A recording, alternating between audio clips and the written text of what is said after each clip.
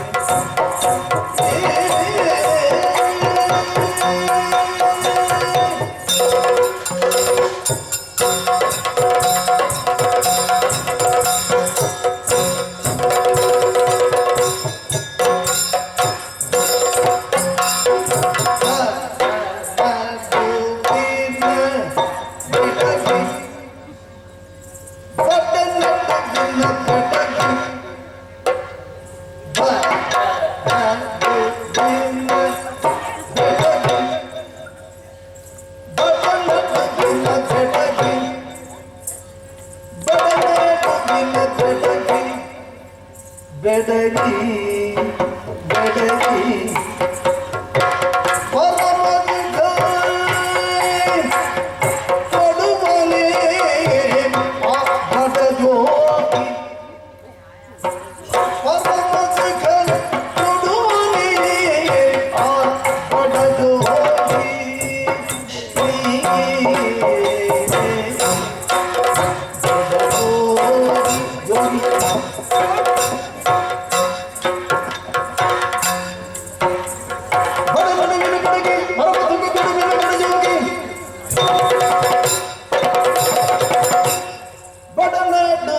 ಗಡಗಿ ಪರಮ ಸುಖ ಕೊಡುವನೆ ಬಡ ಜೋಗಿ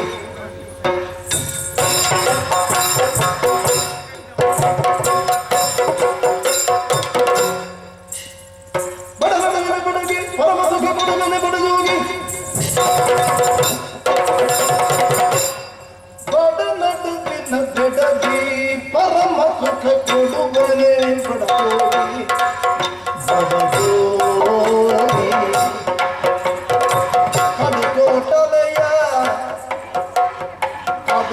ಕೋಟಲಯ ಜಪ ಬಿಡು ಪಾಪ ಬಿಡು ಎಲ್ಲವ ಬಿಡು ಎಲ್ಲಲ್ಲಿ ಮನಸ್ಸಿಡು ಕೋಟಲಯ ಜಪ ತಪ ಎಲ್ಲವ ಬಿಡು ಎಲ್ಲಲ್ಲಿ ಮನಸ್ಸು ಎಲ್ಲಲ್ಲಿ ಮನಸ್ಸು ಎಲ್ಲಲ್ಲಿ ಮನಸ್ಸು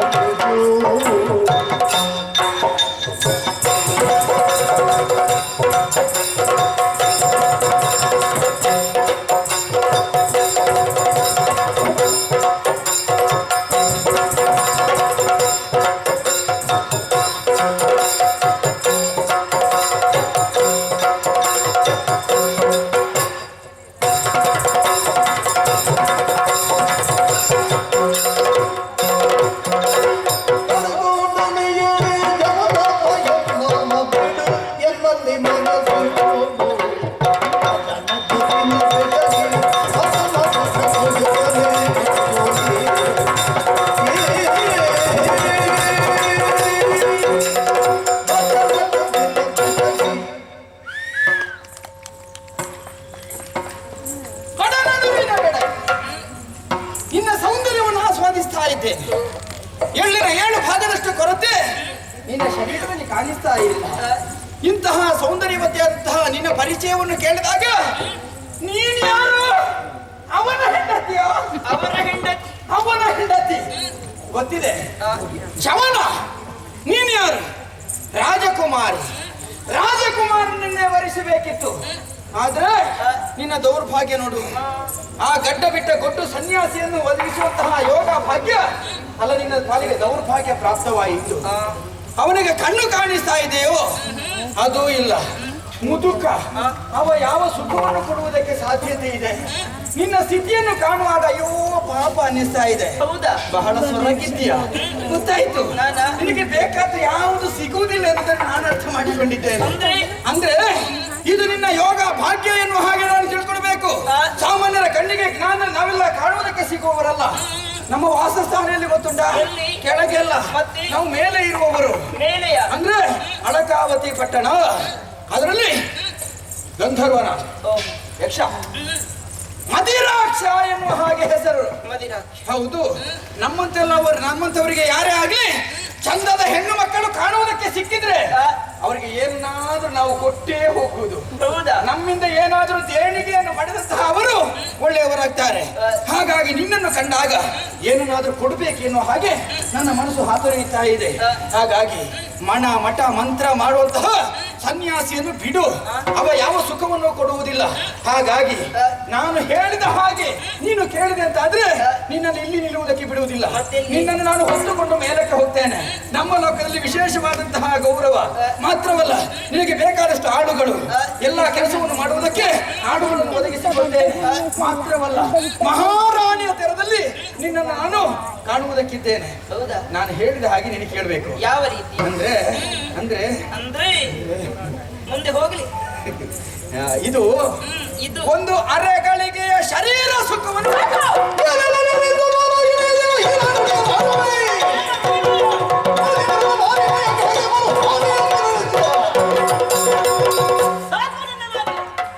ನಿನ್ನಂತವರು ಮೇಲಿರುವುದಾ? ಅಂತಹ ಪುಣ್ಯಲೋಕದಲ್ಲಿದ್ದುಕೊಳ್ಳುತ್ತ ನೀವು ಇಂತಹ ಅಸಂಬದ್ಧವನ್ನು ಮಾಡುವುದಕ್ಕೆ ಮುಂದಾಗುತ್ತೀರದ? ನಾವು ಮೇಲು ಲೋಕದಲ್ಲಿದ್ದೇವೆ. ಕೆಳಗಿನ ಲೋಕದವರಿಗೆ ಏನಾದರೂ ಆಶೀರ್ವಾದ ಮಾಡುವುದಕ್ಕೆ ಆಶೀರ್ವಾದ ಮಾಡುವ ಕ್ರಮ ಹೀಗ? ನಾನು ಯಾರಿರುವುದಾಗಿ ಸರಿಯಾಗಿ ಅರ್ಥವಿಸಿಕೊ. ನೀನು ಮುನಿ ಪತ್ನಿ. ಹೌದು. ಲೋಕದ ಉದ್ಧಾರಕ್ಕೆ ಬೇಕಾಗಿ ಶ್ರಮಿಸುವಂತಹ ಮುನಿವ ವಧು ನಾನು. ಹೌದಾ? ನನ್ನಲ್ಲಿ ಯಾವತ್ತೂ ಒಳ್ಳೆಯ ಮಾತನ್ನು ಆಡಬೇಕು ಹೊರತು ನಿನ್ನಂತಹ ಹೇಯ ಕೃತ್ಯವನ್ನು ಮಾಡುವುದಕ್ಕೆ ನಾನು ಬಿಡುವುದಿಲ್ಲ. ಅನುಭವಿಸಬೇಕಾಗ್ತದೆ ನೀನು. ಬೇಡ ನಿನಗೆ ಹಾಳ. ಬೇಡ ಒಂದು ಕ್ಷಣ ಬೇಡ. ನನಗೆ ಮಾತ್ರ ಸುಖ, ನಿನಗೂ ಸುಖ ಸಿಗ್ತದೆ. ಜೀವನದಲ್ಲಿ ಹಾಳಾಗಿ ನೀನು.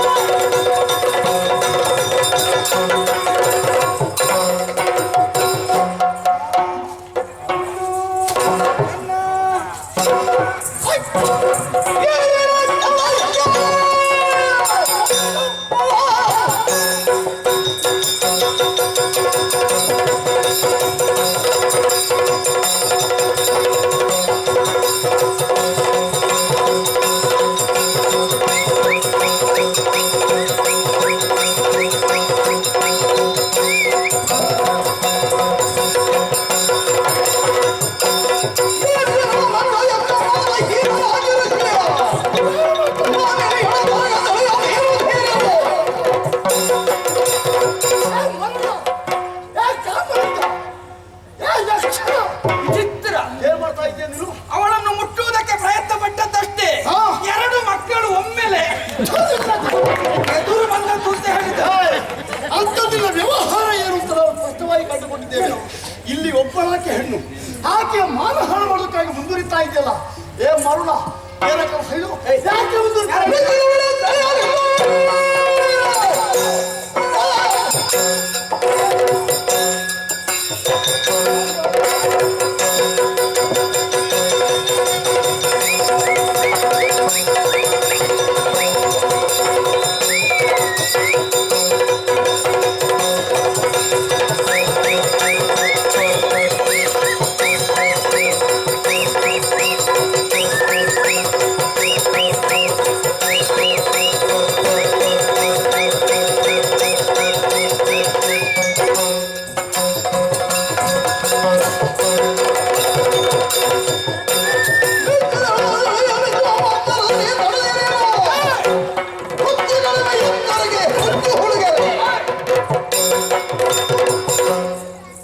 ಹುಚ್ಚು ಹುಡುಗರೇ.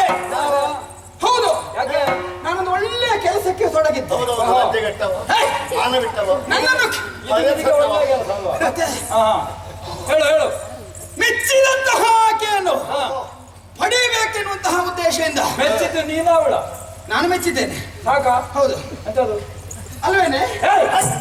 ನಮ್ಮಲ್ಲಿ ಆ ಕಾಲ ತಿರುಗಿ ಹೊಡೆದ ನಮ್ಮ ಮುಖ ನೋಡಿ ಬಂತು. ಪ್ರಕರಣ ಮುಂದುವರಿದಕ್ಕೆ ಕಾರಣ ಅವಳಲ್ಲ, ಅವಳಿಗೆ ನಾನು ಸ್ವಲ್ಪ ಕೆಲಸ ಕೊಡುವಂತ ಪ್ರಯತ್ನ ಪಟ್ಟದ್ದು. ನೀನು ಉಳಿದವರಿಗೆ ಕೆಲಸ ಕೊಡ್ಲಿಕ್ಕೆ ಹೋಗ್ಬೇಡ, ನಿನ್ನ ಕೆಲಸ ಸರಿ ಮಾಡುವುದು. ನನ್ನ ಕೆಲಸ ಸರಿಯಾಗಿ ಮಾಡಿದ್ದೇನೆ. ಎಲ್ಲರೂ ಮಾಡಬೇಕಾದ ಕೆಲಸ ಇಲ್ಲೇ ಮಾಡ್ತಾ ಇದ್ದೀನಿ. ನಾನು ಕೆಲಸ ಮಾಡುವುದಕ್ಕೆ ನೀವು ಬಿಡ್ಬೇಕಲ್ಲ. ನೀನು ಲಕ್ಷಣಾಂತರವಾಗಿ ಹೌದು, ಅಲ್ಲಿಂದ ಇಲ್ಲಿಗೆ ಬಂದಿಯಲ್ಲ. ಹೌದು, ಕಾರಣವಿದೆ. ನನ್ನ ಸ್ವಂತ ಒಂದು ಇಚ್ಛೆಯಿಂದ ನಾನು ಬಂದದ್ದು. ಹೌದಾ? ಹೌದು, ಇದಾ ಇಚ್ಛೆ? ಹೌದು. ಹಾ. ಈ ಸಂದರ್ಭದಲ್ಲಿ ಅವಳು ಕಾಣ ಸಿಕ್ಕಿದ್ದಳು. ಹೆಣ್ಣಾದಂತಹ ಆಕೆಯ ಶರೀರ ಸುಖವನ್ನು ಗಂಡಾದಂತಹ ನಾನು ಪಡೆಯುವುದಕ್ಕೆ ಮುಂದಾಗಿದ್ದೇನೆ. ಒಂದು ವೇಳೆ ನನ್ನನ್ನು ತಡೆಯುವುದಕ್ಕೆ ಬರ್ತಾ ಇದ್ದೀರಲ್ಲ, ಹುಚ್ಚು ಹುಡುಗರೇ, ಅಕ್ಕಿ ಬಿಸಾಡಿಯನ್ನು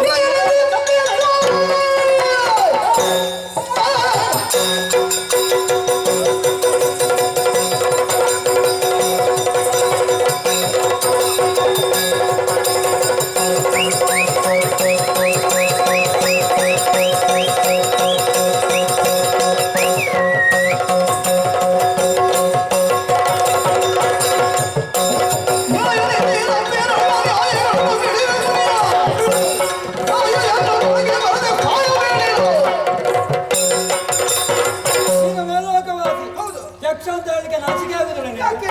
ಅಲ್ಲಿರುವವರು ಎಂಥವರು? ಉಳಿದವರಿಗೆ ಆದರ್ಶವಾಗಿರಬೇಕು. ನಮ್ಮದು ಆದರ್ಶ ಆಗಲಿ ಅಂತ ನಾನು ಪ್ರಯತ್ನ ಮಾಡುವುದು. ಇದು ನಿನ್ನ ಆದರ್ಶ ಅಲ್ವಾ? ಮತ್ತೆ? ವೃದ್ಧರ ಹೆಂಡತಿ ಎಲ್ಲ ನಿನಗಾಗುತ್ತದೆ. ಮತ್ತೆ ಮೇಲು ಲೋಕದವರಲ್ಲಿ ಇದ್ದವರು ಎಲ್ಲವರು ಸರಿ ಇರ್ತಾರೆ ಎನ್ನುವುದನ್ನು ಹೇಳುವುದಕ್ಕೆ ಅದು ಆಗುದಿಲ್ಲ. ನಿನ್ನ ನೋಡಿದ ಹಾಗೆ ಗೊತ್ತಾಗುತ್ತದೆ. ಎಲ್ಲವರು ಸರಿ ಇರುವುದಿಲ್ಲ, ನಿನ್ನಂತವರು ಇರ್ತಾರೆ ಕಳಂಕ ತರಲಿಕ್ಕೆ, ಏನಾಗಿದೆ? ಊಟಕ್ಕೆ ಕಳಂಕ ತರಲಿಕ್ಕೆ. ಮತ್ತೆಂತದ ಮಾಡಿದ್ದು? ಊಟವನ್ನು ಎಲ್ಲಿ ಹಾಳು ಮಾಡಿದ್ದೇನೆ ನಾನು? ಮತ್ತೆಂತದ? ಎಂತದು? ದೇವಾಲಯಕ್ಕೆ ಹೆಸರು ಇದು. ಹೌದು. ಮತ್ತೆ ನಿನ್ನಂತ ಒಬ್ಬ ಕಾಮುಕ ಇದ್ರೆ ಸಾಲದ? ಹಾ. ನಿನಗೆ ಅಲ್ಲಿ ಹೆಣ್ಣುಗಳಿಲ್ವಾ? ಇದ್ದಾರೆ. ಏನು ಬರವ ನಿನಗಲ್ಲಿ? ಇಲ್ಲ.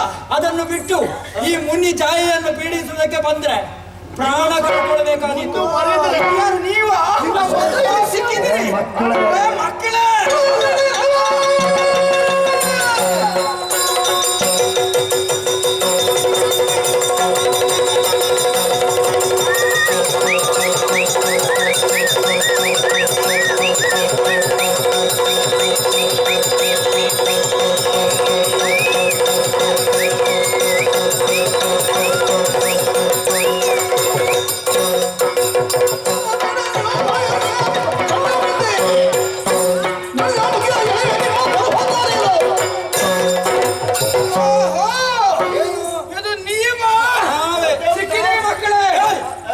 ಮಕ್ಕಳು ಅಂತ ಹೇಳಿದ್ರೆ ಜಾಗ್ರತೆ. ನನ್ನ ಮಕ್ಕಳಲ್ಲ, ಅಶ್ವಿನಿ ಕುಮಾರರು. ಏನು? ಆ ಸ್ವರ್ಗಲೋಕವನ್ನು ಬಿಟ್ಟಿದ್ದೀರಿ. ಹೌದು. ಅಲ್ಲಿ ನಿಮಗೆ ಸ್ಥಾನಮಾನ ಇಲ್ಲ. ನಾವೇ ಬಿಟ್ಟದ್ದು. ಹೌದಾ? ಕಳುಹಿಸಿದ್ದಲ್ಲ. ಆದ್ರೂ ಈಗ ತಿರುಗಾಟವನ್ನು ಕೈಗೊಂಡಿದ್ದೀರಿ. ಹೌದು. ತಿರುಗಾಟ ಮಾಡಿ ಮಾಡಿ ಹಾ. ಎಲ್ಲಿಯೂ ನಿಮಗೆ ನೆಲೆ ಇಲ್ಲ. ಬೇಕಾಗಿಲ್ಲ. ಹೌದಾ? ಹಾಗಾಗಿ ಆದ್ರೆ ನಿನ್ನ ಹಾಗೆ ಆಗಲಿಲ್ಲ. ಏನು ಮತ್ತೆ ನಮಗೆ ಮತ್ತೆ ನಿಮಗೆ ನೆಲ ಇದ್ರೂ ಉಳಿಸಿಕೊಳ್ಳುವ ಅರ್ಹತೆ ಇಲ್ಲ. ಯಾರದ್ದೋ ಮನೆಯಲ್ಲಿ ಬೆಲ್ಲ ಮಾಡ್ಲಿಕ್ಕೆ ಹೊರಟಿದ್ದಲ್ಲ ಪಾಪಿ ನೀವು. ಮನೆ ಯಾರದ್ದೇ ಆದ್ರೇನು ನಾವು ದೇವತೆಗಳು. ಹೌದು. ಎಲ್ಲರ ನಾವು ಅಂತ ನಿನ್ನಂತವ್ರು ನಾವಲ್ಲ. ನಾವು ಅಂತ ನಮ್ಮನ್ನು ಸೇರಿಸಿಕೊಳ್ಳಿ. ನಿಮ್ಮನ್ನು ಸೇರಿಸುವುದಿಲ್ಲ. ಹಾ. ನಿಮ್ಮನ್ನು ಕೂಟದಿಂದ ಹೊರಟು ಬಿಟ್ಟಾಗಿದೆ. ನೀವಲ್ಲ ಬಿಡ್ಲಿಕ್ಕೂ ಇರಿಸಿಕೊಳ್ಳಿಕ್ಕೂ. ನಮಗೊಂದು ಆಜ್ಞೆಯನ್ನು ಮಾಡಿದ್ದಾರೆ ದೇವೇಂದ್ರ. ಏನಂತ? ಆ ಹುಡುಗರು ಎಲ್ಲೇ ಸಿಕ್ಕಿದ್ರು ಕೂಡ ಅವರ ಜುಟ್ಟು ಹಿಡ್ಕೊಂಡು ಹಾಗಿದ್ರೆ ನಮ್ಮನ್ನು ಹುಡುಕಬೇಕಿತ್ತು. ಅವಳನ್ನು ಹುಡುಕೊಂಡು ಹೋದದ್ದು. ಆದ್ರೂ ಸಿಕ್ಕಿದ್ದೀರಲ್ಲ. ಸಿಕ್ಕಿದ್ರೆ ಏನೋ ನಾವು ಕೊಂಡು ಹೋಗಿ ದೇವೇಂದ್ರನಿಗೆ ನಿಮ್ಮನ್ನು ಒಪ್ಪಿಸಿದ್ರೆ ಅವ ವಿಧ ವಿಧವಾದ ಶಿಕ್ಷೆಯನ್ನು ಕೊಡ್ತಾನೆ. ಯಾರಿಗೆ? ನಿಮಗೆ.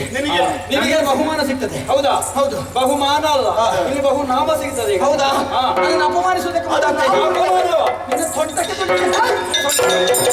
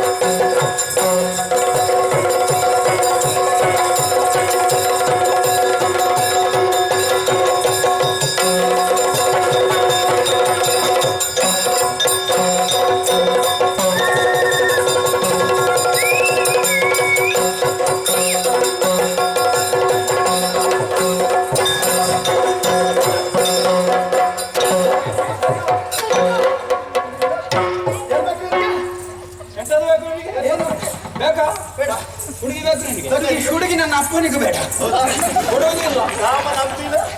ಎಂತದು ಬಾರಿ ಬೇಡ, ನನ್ನ ಬೇಡ. ನಿಮ್ಮ ಮಗು ಕುಣಿತಾನೆ. ನಾನು ಹೇಳಿದ್ದಲ್ಲ ಅದ ಹಿಂದಿನಿಂದ ಹಾಗೆ ಬಂದದ್ದು ಸ್ವರ. ಹೌದಾ? ನಿನಗೆ ಸ್ವರ ಬಂದದ್ದಕ್ಕೆಲ್ಲ ನೀವು ಅಭಿನಯಿಸ್ತೇವೆ.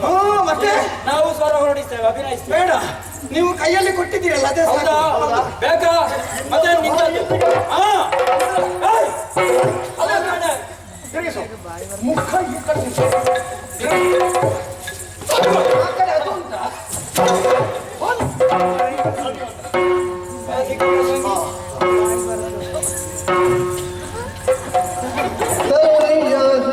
ತೊರೆದು ಓಡೋದು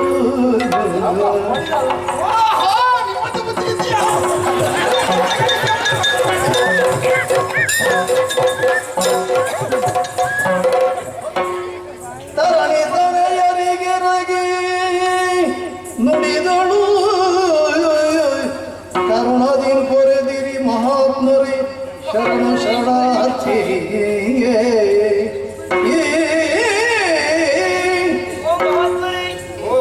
ಎರಡು ಕೈಗಳನ್ನು ಜೋಡಿಸಿ ಕೈ ಮುಗಿಯುತ್ತಾ ಇದ್ದೇನೆ. ಹೆಣ್ಣೊಬ್ಬಳ ಜೀವನದಲ್ಲಿ ಭಗವಂತ ಮಾನವನ್ನು ಉಳಿಸಿಕೊಟ್ಟು ದೊಡ್ಡದಾದ ಉಪಕಾರವನ್ನು ಮಾಡಿಕೊಟ್ಟವರು ನೀವು ಯಾರೆಂದು ಹೇಳುವಿರಲ್ಲ.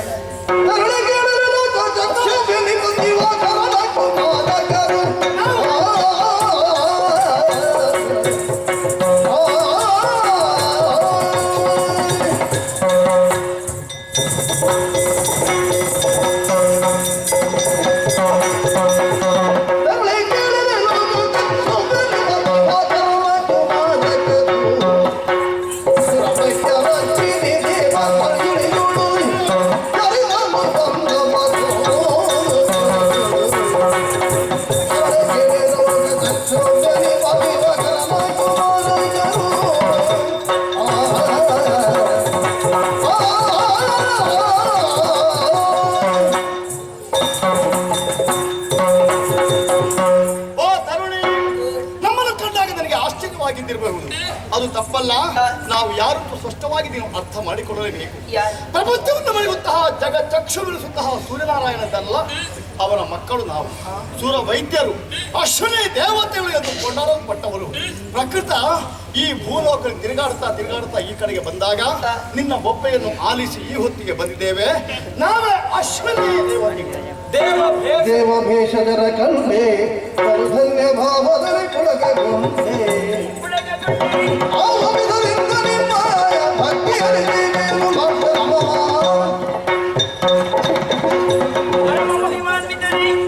ನಿಮ್ಮನ್ನು ಈ ದೃಷ್ಟಿಯಲ್ಲಿ ಕಾಣಬೇಕು ಅಂತಾದ್ರೆ ಪೂರ್ವ ಜನ್ಮದ ಪುಣ್ಯ ಸಂಖ್ಯೆ ಎನ್ನುವುದರಲ್ಲಿ ಸಂಶಯವೇ ಇಲ್ಲ. ನನ್ನ ಹೆಸರು ಮಾಂದಾತ, ಈತನ ಹೆಸರು ನಾ ಸತ್ಯ. ಅಶ್ವಿನಿ ದೇವತೆಗಳು ಲೋಕಕ್ಕೆ ಪ್ರಪಂಚಕ್ಕೆ ಬೆಳಕನ್ನು ತೋರಿಸುವಂತಹ ಸೂರ್ಯದೇವನ ಮಕ್ಕಳು ನೀವು. ಸ್ವಾಮಿ, ಈ ಹೊತ್ತಿನಲ್ಲಿ ನಿಮ್ಮನ್ನು ನೋಡಿದ ಕ್ಷಣದಲ್ಲಿ ನೀವು ಮಾಡಿದಂತಹ ಉಪಕಾರಕ್ಕೆ ಬೇಕಾಗಿ ಪ್ರತಿ ಉಪಕಾರವನ್ನು ಮಾಡಬೇಕೆಂಬುದಾಗಿ ಆಸೆಯನ್ನು ಹೊತ್ತುಕೊಂಡವನು. ದಾರಿ ಯಾವುದು ಕಾಣುವುದಿಲ್ಲ, ಮನಸ್ಸಿನ ಮಾರ್ಗವೂ ಉಂಟು. ಯಾವುದು ಏನು ಹೇಳಿದ್ರು? ಪ್ರತ್ಯುಪಕಾರ ಮಾಡಬೇಕು ಅಂತ ಮನಸ್ಸುಂಟಂತೆ. ಹಾಗಿದ್ರೆ ಒಂದು ದಾರಿ ಹೇಳಬೇಕಾಗಬೇಕು.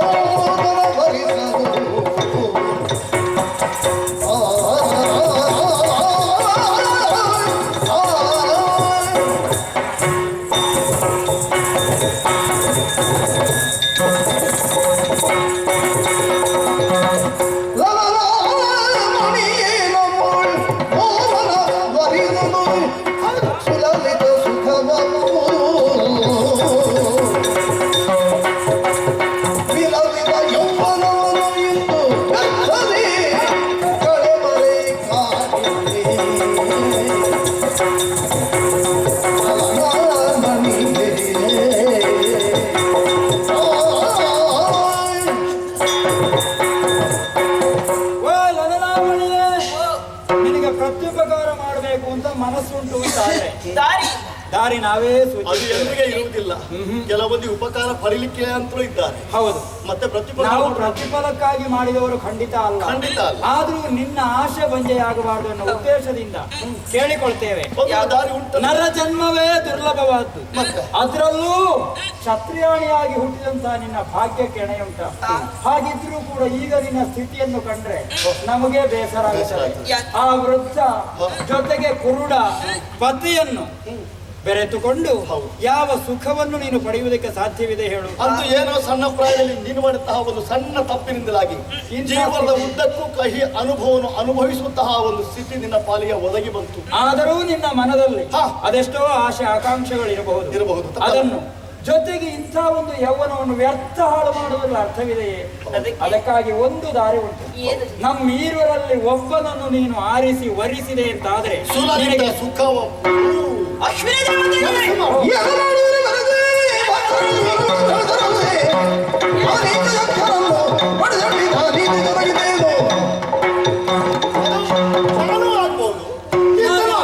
ಯಾರಾದ್ರೂ ಒಬ್ಬರನ್ನು ಮಾತ್ರ ಅಶ್ವಿನಿ ದೇವತೆಗಳು ನೀವು. ಹೌದು, ಸೂರ್ಯದೇವನ ಮಕ್ಕಳು ಇರುವಂತಹ ಉದ್ದೇಶವನ್ನು ಇಟ್ಟುಕೊಂಡು ನಿಮಗೆ ಎರಡು ಕೈಗಳನ್ನು ಜೋಡಿಸಿ ತಲೆಯನ್ನು ಬಗ್ಗಿಸಿಕೊಂಡವಳು ನಾನು.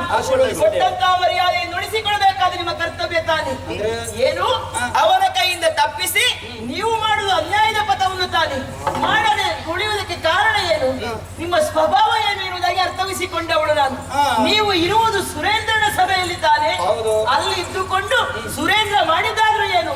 ಗೌತಮನ ಹೆಂಡತಿ ಅಂತ ಅಹಲ್ಯೆಯನ್ನು ವಹಿಸಿದ್ದಾನೆ.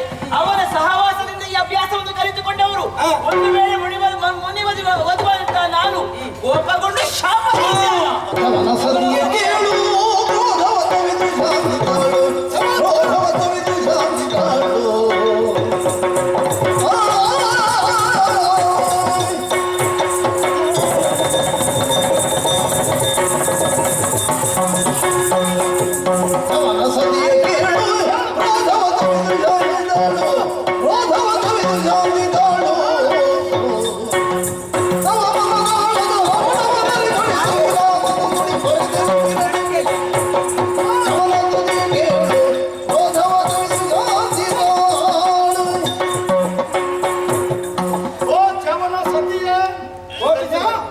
ಒಂದು ಕ್ಷಣ ಸೈರಿಸು. ಸಿಟ್ಟುಗೊಳ್ಬೇಡ. ಕೋಪದಿಂದ ನಿನ್ನ ಹಾಗಿರುವಂತಹ ತಪಸ್ವಿನಿ ಈ ರೀತಿಯಾಗಿ ಶಪಿಸಿದರೆ ಖಂಡಿತ ಪರಿಣಾಮ ಕೊಟ್ಟೇ ಕೊಡ್ತದೆ. ನಮ್ಮ ನಾಶ ಖಂಡಿತ. ಹೌದು, ಹಾಗಾಗಬಾರದು. ಹಾಗೆಂದು ನೀವು ಮಾಡುವುದು ಸರಿಯಾ? ನಮ್ಮ ಉದ್ದೇಶ ಅದಲ್ಲ. ಖಂಡಿತ ಅಲ್ಲ. ನಿನ್ನನ್ನು ಆ ರೀತಿಯಾಗಿ ಕಾಡಬೇಕು, ಪೀಡಿಸಬೇಕು ಎನ್ನುವುದಕ್ಕಾಗಿ ಆ ರೀತಿಯ ವಿಷಯದಲ್ಲಿ ನಾವು ಮುಂದುವರಿತಾ ಇದ್ದೇವೆ. ಕೇವಲ ವಿನೋದಕ್ಕಾಗಿ. ವಿನೋದ ಮಾತ್ರ ಅಲ್ಲ, ಜೊತೆಗೆ ನಿನ್ನಲ್ಲಿ ಒಂದು ರೀತಿಯ ಪರೀಕ್ಷೆ ಇದೆ. ಹೌದು. ನಿನ್ನ ಪಾತಿವ್ರತ್ಯ ಹೌದು ಎಷ್ಟು ಗಟ್ಟಿ ಇದೆ, ತಿಳಿಯುವುದಕ್ಕಾಗಿ. ನಿನ್ನ ಮನಸ್ಥಿತಿ ಎಷ್ಟು ದೃಢವಾಗಿದೆ ಅನ್ನುವುದನ್ನು ತಿಳಿಯುವುದಕ್ಕಾಗಿ ಈ ರೀತಿ ನಾವು ವಿನೋದವೆಸಗಿದ್ದೇವೆ ಹೊರತು ಅನ್ಯತಾ ಖಂಡಿತ ಅಲ್ಲ. ಆದ್ದರಿಂದಲೇ ಈ ಹೊತ್ತಿನಲ್ಲಿ ನಿನ್ನ ಮನಸ್ಸನ್ನು ಚೆನ್ನಾಗಿ ನಾವು ಅರ್ಥ ಮಾಡಿಕೊಂಡಿದ್ದೇವೆ, ಮನಮೆಚ್ಚಿದ್ದೇವೆ. ಆದ್ದರಿಂದಲೇ ನಿಗ್ರಹ ಅನುಗ್ರಹ ಶಕ್ತಿ ಸಂಪನ್ನರಾಗಿರುವಂತಹ ನಾವು ನಿನ್ನ ಬೇಡಿಕೆಗಳೇನಿದ್ರೂ ಕೂಡ ಪೂರೈಸುವುದಕ್ಕೆ ನಾವು ಶಕ್ತರಾಗಿದ್ದೇವೆ. ಅದಕ್ಕಾಗಿ ಒಂದು ವರವನ್ನು ಅನುಗ್ರಹಿಸುವವರಿದ್ದೇವೆ. ಹೇಳಿಕೊ. ಮನಸ ಭೇಷಜರೇ ಚರಣಕ್ಕೆ ನಮಿಪೆವು ವರಪದವೇ ಅಮಿತ ಕರುಣೆಯುಳಿ ಪರವನ್ನೇ ಮಡಿ ರಮಣಗೆ ನೇತ್ರಪದಯ ಮನಸ ಭೇಷಜರೇ ಚರಣಕ್ಕೆ ನಮಿಪೆವು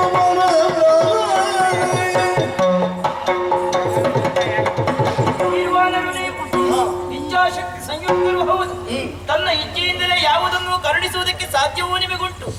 ಈ ಹೊತ್ತಿನಲ್ಲಿ ವರವೊಂದನ್ನು ಬೇಡಿಕೊಂಡೆ ಅಂತಾದ್ರೆ ಅಂತರಂಗದ ಆಸೆಯನ್ನು ನಡೆಸಿಕೊಡುವುದಕ್ಕೆ ಮುಂದಾಗಿದ್ದೀನಿ. ಅನುಮಾನ ಬೇಡ. ಹೆಣ್ಣ ಅಂತ ನಾನು ಬಯಸುವುದು ಮತ್ತೇನು ಅಲ್ಲ, ನನ್ನಿಂದಲೇ ನನ್ನ ಪತಿದೇವರು ಕಣ್ಣೆರಡನ್ನು ಕಳೆದುಕೊಂಡವರು. ಈ ಪ್ರಪಂಚದ ಬೆಳಕನ್ನು ಕಾಣುವುದಕ್ಕೆ ಬೇಕಾಗಿ ನನ್ನ ದೇವರಿಗೆ ಕಣ್ಣನ್ನು ಕರುಣಿಸಿ. ತಥಾ ಹೇಳಿ ಆಯ್ತಲ್ಲ? ತಥಾಸ್ತು ಅಂತ ಹೇಳಿ ಆಯ್ತು. ಹೇಳಿದ್ದನ್ನು ಕೊಡಬೇಡ.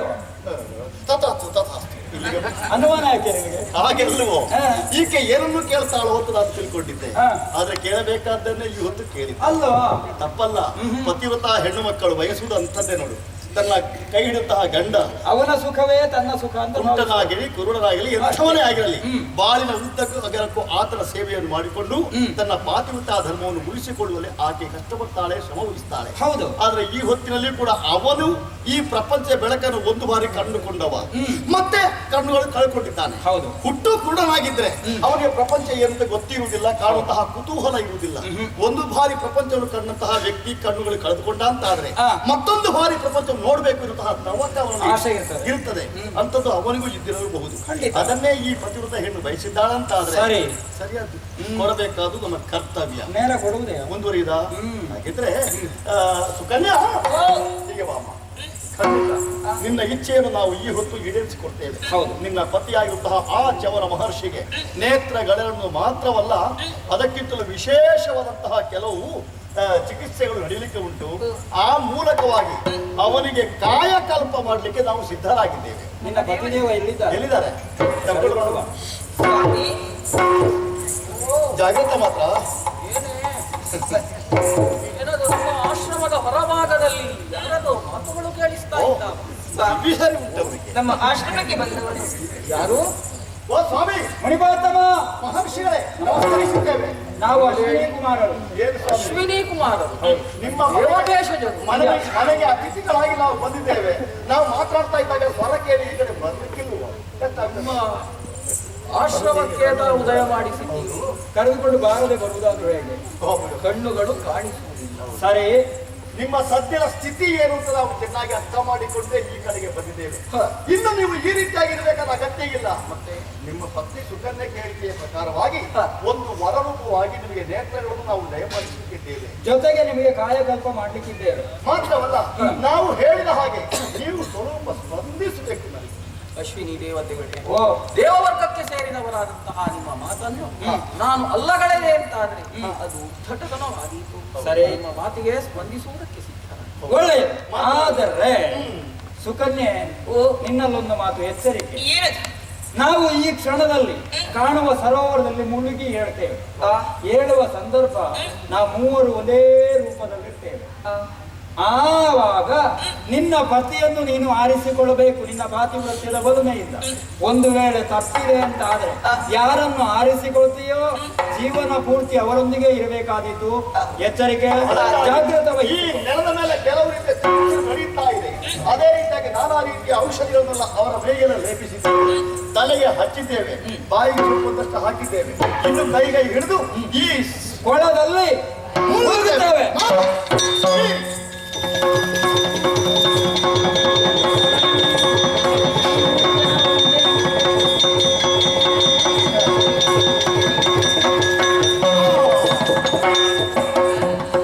ಮನದಿ ನುಡಿದಿ ದೇವಿ ಕಾತ್ಯಾಯನಿಯ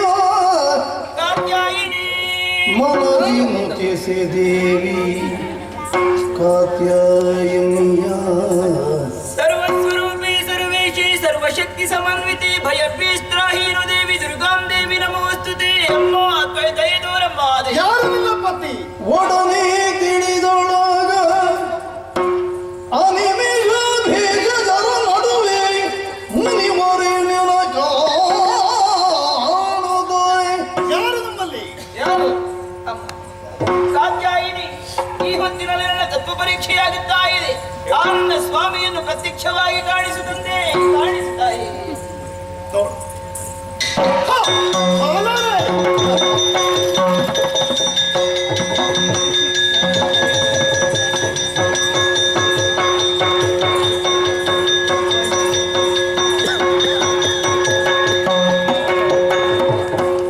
ಚವನ ಮುನಿವರ ನೆರಗಿ ನುಡಿದನು ದಿವಿಜ ವೈದ್ಯರೇ ನಿಮ್ಮ ದಯೆಯೂ ನವ ಯುವಕನಾಗಿರ್ಪೆ ಕಣ್ಗಳ ಮಗುಳಿನ ಪಡೆದೆ ಭವ ಭವದುಳೀರ್ಣದ ಭಾರವು ಸಭೆಯಂದರೆ ಅದು ಇದಕ್ಕೆ ಪ್ರತಿ ಕಾರ್ಯವನ್ನು ನಾನೇ ಗೈವಿರೋ ಎಂತವರುಗಳ ಸಂಸ್ಕೃತಿಸೇ ಚವನ ಮುನಿವರನು ಎರಗಿ ನುಡಿದನು. ದೇವವೈದ್ಯರು ನೀವು ಭಗವಾನ್ ಸೂರ್ಯನಾರಾಯಣನ ಪುತ್ರ. ನಿಮ್ಮ ಕೃಪಾ ವಿಶೇಷದಿಂದ ನವ ಯುವಕ ನಾನಾಗಿದ್ದೇನೆ. ಪಂಚಭೌತಿಕವಾದಂತಹ ದೇಹವನ್ನು ಹೇಗೆ ಸರಿಪಡಿಸುವುದು ಎಂಬುದನ್ನು ಬಲ್ಲವರು ನೀವು. ಕಾಯಕಲ್ಪವನ್ನೇ ಮಾಡಿದ ಕಾರಣ ಇದು ಈ ಸ್ಥಿತಿಗೆ ನಾನು ಬಂದಿದ್ದೇನೆ. ಸರಿ, ನೀವು ಮಾಡಿದಂತಹ ಈ ಉಪಕಾರವನ್ನು ನಾನು ಮರೆಯುವ ಹಾಗಿಲ್ಲ. ಯಾವನೇ ಆಗಲಿ ಒಬ್ಬನು ಔಷಧವನ್ನು ಪಡೆಯಲೆಂದಾದರೆ ವೈದ್ಯರಿಂದ ತನ್ನ ಜೀವನದಲ್ಲಿ ಸಫಲತೆಯನ್ನು ಕಾಣುವುದಕ್ಕೆ ಸಾಧ್ಯವೆಂದಾದರೆ ಮೌಲ್ಯವನ್ನು ನೀಡದೆ ವೈದ್ಯನನ್ನು ಬಿಟ್ಟು ಹಾಗೆಯೇ ಹೋಗುವುದು. ಅದಕ್ಕಾಗಿ ಸನ್ನಿಧಾನದಲ್ಲಿ ನನ್ನ ಪ್ರಾರ್ಥನೆ ಏನಯ್ಯ? ನೀವು ಕೈಲಿರುವ ಈ ಉಪಕಾರಕ್ಕೆ ಪ್ರತ್ಯುಪಕಾರವನ್ನು ನಾನು ಮಾಡಲೇಬೇಕಾಗಿದೆ. ದಯವಿಟ್ಟು ಏನು ಮಾಡಬೇಕು ಎಂಬುದನ್ನು ಒಂದೇ ಒಂದರ ಮನೆ ತಂದ ತಿಲಕಗೆ ಚಂದಾರಕ ವರ್ಗಗುಳ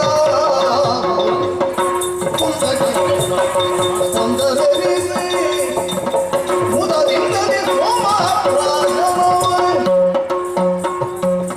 ಓ ಮುನಿನಾಥ, ಪ್ರತ್ಯುಪಕಾರ ಮಾಡುವಂತಹ ಇಚ್ಛೆಯಿಂದ ನಾವು ಮುಂದುವರಿತಾ ಇದ್ದೀವಿ. ಅದಕ್ಕೆ ಬೇಕಾದಂತಹ ಅವಕಾಶವನ್ನು ನಾವು ಮಾಡಿಕೊಡುವುದಕ್ಕೂ ಸಿದ್ಧರಾಗಿದ್ದೇವೆ. ನಾವು ದೇವ ವೇಷಧಾರಿಗಳು ಕೂಡ ಸದ್ಯಕ್ಕೆ ದೇವಲೋಕವನ್ನು ಉಳಿದು ಈ ಭೂಮಿಯಲ್ಲಿ ತಿರುಗಾಡ್ತಾ ಇದ್ದೇವೆ. ಯಾಕೆ ದೇವಲೋಕಕ್ಕೆ ಹೋಗುವುದಕ್ಕೆ ಸಾಧ್ಯ ಇಲ್ಲ. ಯಾಕಂದ್ರೆ ದೇವತೆಗಳ ಪಂಕ್ತಿಯಲ್ಲಿ ನಮಗೆ ಕುಳಿತುಕೊಳ್ಳುವಂತಹ ಯೋಗ್ಯತೆಯನ್ನು ಕಳೆದುಕೊಂಡಿದ್ದೇವೆ. ಹಿಂದಕ್ಕಾದ್ರೆ ವರ್ಣನ ಮಾಡುವಂತಹ ಮಹಾ ಅದ್ವರದಲ್ಲಿ ನಾವು ಸ್ವತಃ ಆವಿರ್ಭಾಗವನ್ನು ಪಡೆಯುವಂತಹ ಉದ್ದೇಶದಿಂದ ಅಲ್ಲಿ ಕಾಣಿಸಿಕೊಂಡು, ಆದ್ರೆ ನಿಮ್ಮ ಅಯ್ಯರಂತಹ ಭೃಗು ಮಹರ್ಷಿ ಅಶ್ವಿನಿ ದೇವತೆಗಳಿಗೆ ಆವಿರ್ಭಾಗ ಕೊಡುವ ವಿಷಯಕವಾಗಿ ನಾವು ಚರ್ಚಿಸೋಣ, ಮುಂದುವರಿಯೋಣ ಅಂತ ಸಿದ್ಧರಾಗಿದ್ದರೂ ಕೂಡ ದೇವೇಂದ್ರ ಮಾತ್ರ ಅದನ್ನು ಆಕ್ಷೇಪಿಸಿದ. ತತ್ಪರಿಣಾಮವಾಗಿ ಅಲ್ಲಿ ನಾವು ಶಪಥ ಹಾಕಿ ಹೊರಟು ಬಂದಿದ್ದೇವೆ.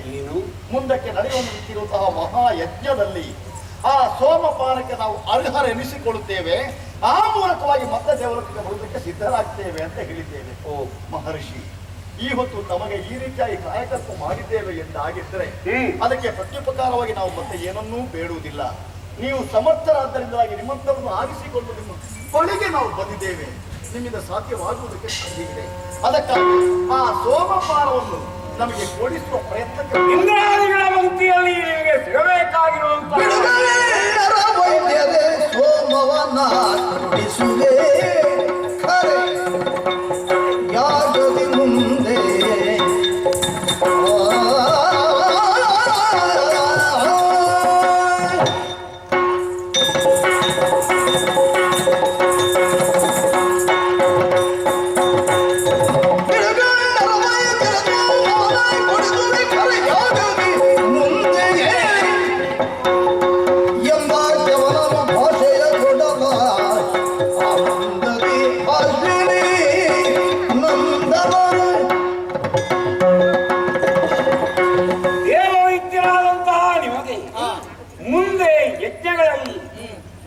ದೇವೇಂದ್ರನ ಜೊತೆಯಲ್ಲಿ ಸೋಮಪಾನವನ್ನು ಮಾಡುವಂತಹ ಅವಕಾಶವನ್ನು ನಾನು ಒದಗಿಸಿ ಕೊಡ್ತೇನೆ. ಇದು ನಿಮಗೆ ನಂಬಿಕೆಯನ್ನು ಕೊಡ್ತೇನೆ. ಸಮಾಧಾನವಾಯಿತು, ವಿಶ್ವಾಸ ಬಂತು. ಆದ್ರೆ ಮುನಿವರೇಣ್ಯ, ಈ ಹೊತ್ತು ನಿಮಗೆ ನೇತ್ರದಾನ ಕಾಯಕತ್ವ ಮಾಡಿದ್ದಕ್ಕಾಗಿ ಪ್ರತ್ಯುಪಕಾರವಾಗಿ ಮುಂದಕ್ಕೆ ಯಜ್ಞದಲ್ಲಿ ನಿಮಗೆ ಸೋಮಪಾನ ದೊರೆಯಲ್ಪಡುತ್ತದೆ. ಇದು ಸಾಮಾನ್ಯ ಮನುಷ್ಯ ಲೋಕದ ಕೊಡುಕೊಳ್ಳುವಿಕೆಯ ವ್ಯವಹಾರವಾಗುತ್ತದೆ. ಆದರೆ ಇಷ್ಟಕ್ಕೆ ನಮ್ಮ ಈ ಸಂಬಂಧ ಮುಗಿಯಕೂಡದು. ಮುಂದಿನ ಜನಾಂಗಕ್ಕೆ ನಿಮ್ಮಿಂದಲಾಗಿ ಬಹು ಉಪಕಾರವಾಗುವುದಕ್ಕೆ ಇದೆ. ಯಾಕೆಂದ್ರೆ ನಾವು ಆಯುರ್ವೇದ ಧನ್ವಂತರಿಗಳು ತಾನೆ. ಆದ್ದರಿಂದ ಆ ಆಯುರ್ವೇದದ ವಿಶಿಷ್ಟವಾದಂತಹ ಮನಸೋಪದೇಶವನ್ನು ನಿಮ್ಮ ಕಿವಿಯಲ್ಲಿ ಈ ಹೊತ್ತು ಬಿಸುವುದಕ್ಕೆ ಸಿದ್ಧರಾಗಿದ್ದೇವೆ. ಚಿತ್ತಾಗಿದೆ ಸರಿ ತಾನೆ. ಒಂದು ಸಲ ಕಣ್ಬಿಟ್ಟು ನೋಡಿ, ಆ ಮರವನ್ನು ನೋಡಿ, ಆ ಗಿಡವನ್ನು ನೋಡಿ, ಅದರ ಬೇರು, ಚಿಗುರು, ತೊಗಟೆ, ಹಣ್ಣು, ಹೂವು ಪ್ರತಿಯೊಂದರಲ್ಲಿ ಕೂಡ ವಿಶಿಷ್ಟವಾಗಿರುವಂತಹ ದಿವ್ಯ ಔಷಧಿಗಳು ಬರಮಾಡಿಕೊಂಡಿರುತ್ತವೆ. ಎಲ್ಲಿ ನೋಡಿದರೂ ಯಾವ ಗಿಡಮರಗಳನ್ನು ಬಳ್ಳಿಗಳನ್ನು ಕಂಡಿರು ಔಷಧೀಯ ಸತ್ವವಿರುವುದನ್ನು ನಾನೀಗ ಗುರುತಿಸಿಕೊಳ್ಳುತ್ತಿದ್ದೇನೆ. ಈ ಪ್ರಪಂಚದಲ್ಲಿ ಯಾವುದು ಅಪ್ರಯೋಜಕವಲ್ಲ. ಅಲ್ಲ. ಈ ಸತ್ಯವನ್ನು ದೇವವೈದ್ಯರಾದಂತಹ ನಿಮ್ಮ ಕೃಪಾವಿಶೇಷದಿಂದ ನಾನು ತಿಳಿದುಕೊಳ್ಳುವಂತಾಯಿತು. ಅನುಗ್ರಹಿತು. ಹಾಗಿದ್ರೆ ಮುಂದೆ ನಡೆದಂತಹ ಅದ್ಭುತ ವಿಷಯಕವಾಗಿ ಕಾದುಕೊಂಡಿರಿ. ಖಂಡಿತ ನಿರೀಕ್ಷೆಯಲ್ಲಿದ್ದೆ. ಭೋಗವ ಬಯಸದ ಯೋಗಿನಿಯೆನಿದೆ ತ್ಯಾಗಮಯತೆಯನ್ನು ನೀ ಮೆರೆದೆ.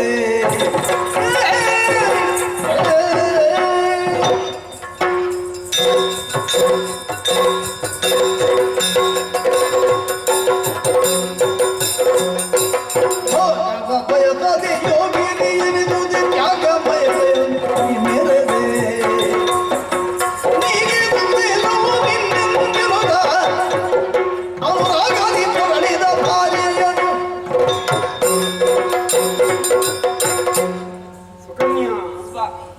ತಪೋಶಕ್ತಿಯಿಂದ ಬೇಕಾದನ್ನು ಮಾಡುವ ಸಾಮರ್ಥ್ಯವುಳ್ಳವನ ಆಗಲು ನಿನ್ನ ಜೊತೆಗಾರನಾಗಿ ದೀರ್ಘ ಕಾಲವನ್ನು ಕಳೆದಿದ್ದೇನೆ.